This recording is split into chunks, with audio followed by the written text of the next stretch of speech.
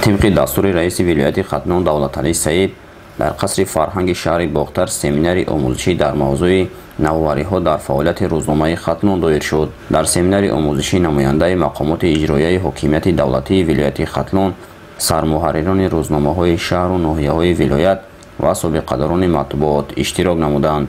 سراول مدیر شعبه تحلیلی و اطلاعاتی دستگاه رئیس ولایت ختلون بهرام میرو سخنرانی نموده کار سمینار را افتتاح نمود.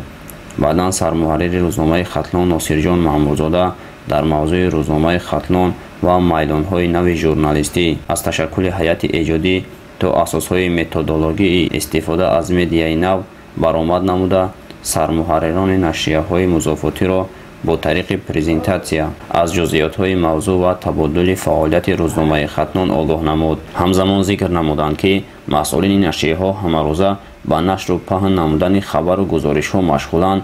ضمن فعالیت می‌توانند از واسطه‌های معاصر اطلاع رسانی واسع استفاده نمایند، چونکه این روند طلبات زمان معاصر بوده امکانیت خوب برای خبررسانی است. اظهار سپاس میکنیم از رهبریت مقامات اجرایی حکومت دولتی ولایت ختلون و روزنامه ختلون که برای بهتر ساختن نشریه‌های محلی یک سمینار خیلی خوب برگزار کردند و در این سمینار جلب گردیدند تمام سرمحرران روزنامه‌های محلی و منطقه باختر. البته در اینجا ما دانش‌های نو گرفتیم با وجود اونه که اگر هر چقدر ژورنالیست داند باز هم باید به خاطر بیشتر و خوبتر مواد تهیه کردن باز آموزش گذراند. آموزش اگر هر روز باشد فکر میکنم که باز هم کم است و البته در این آموزش ما یک چند پهلوهای ناروشنی که تا این زمان نمیدانستیم آموختیم و همچنین در مورد مولتی مدیا یا اینکه مثلا بسیار رسانه‌ای کردن مطلب ها در اینجا بسیار خوب گفته شد از جانب برآمد کنندگان. البته ما برای خود آن چیزایی که لازمی بود گرفتیم. در این برابر کاتب مسئول روزنامه ختلون ستار قراخانov برآمد نموده موضوع فعالیت کاتب مسئول نشریه در شرایط رشد تکنولوژی معاصر را بررسی نمود.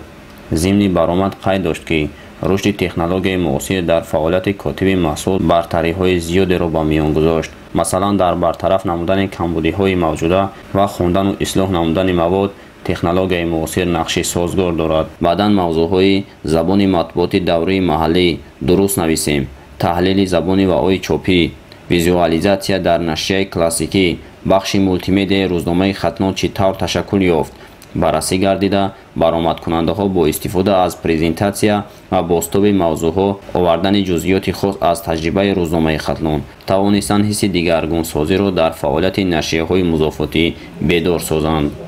گفتن ممکن است که این سمینار میتواند که در بهتر شدن فعالیت نشریه های محلی و همچنین خوبتر گشتن صفت نشریه ها همزمان اصلاح کمبودی ها تا اندازه مساعدت نماید و ما امیدوار هستیم که این اولین سمینار نیست و آینده نیز طبق که معلوماتی که ما داریم آینده نیز برگزاری چنین سمینارها در نظر هست.